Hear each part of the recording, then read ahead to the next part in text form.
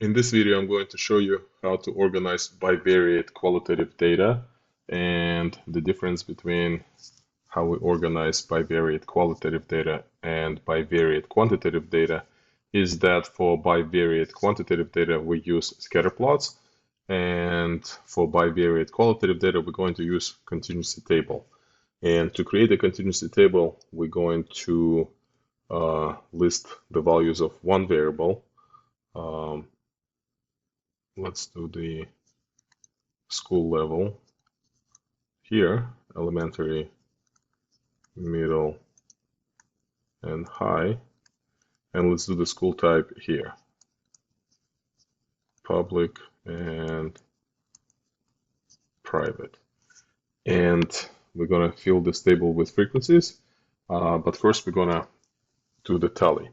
Student 1 is elementary public, so we find the intersection of elementary row with public column, and we put a tally mark right over there. It may help to have the actual table structure here.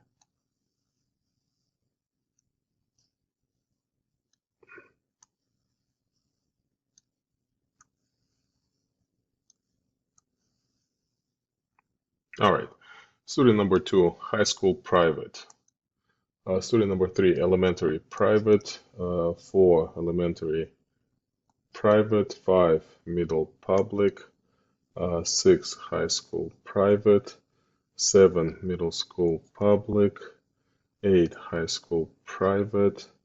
9, elementary private. 10, elementary private. High school public, elementary public, elementary private, middle school private, and elementary school public. And we're gonna add the tally and fill in the frequencies into the table. So these are the frequencies. One more thing we can do is to find the total for each row and each column. And that's a pretty straightforward process.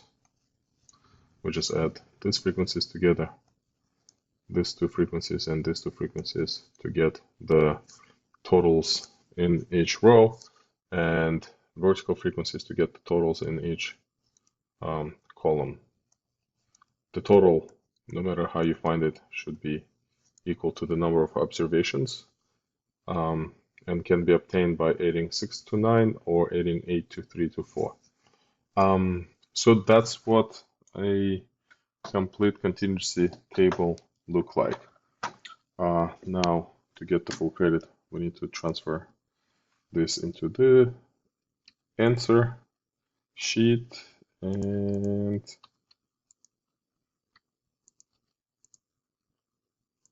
we're almost there.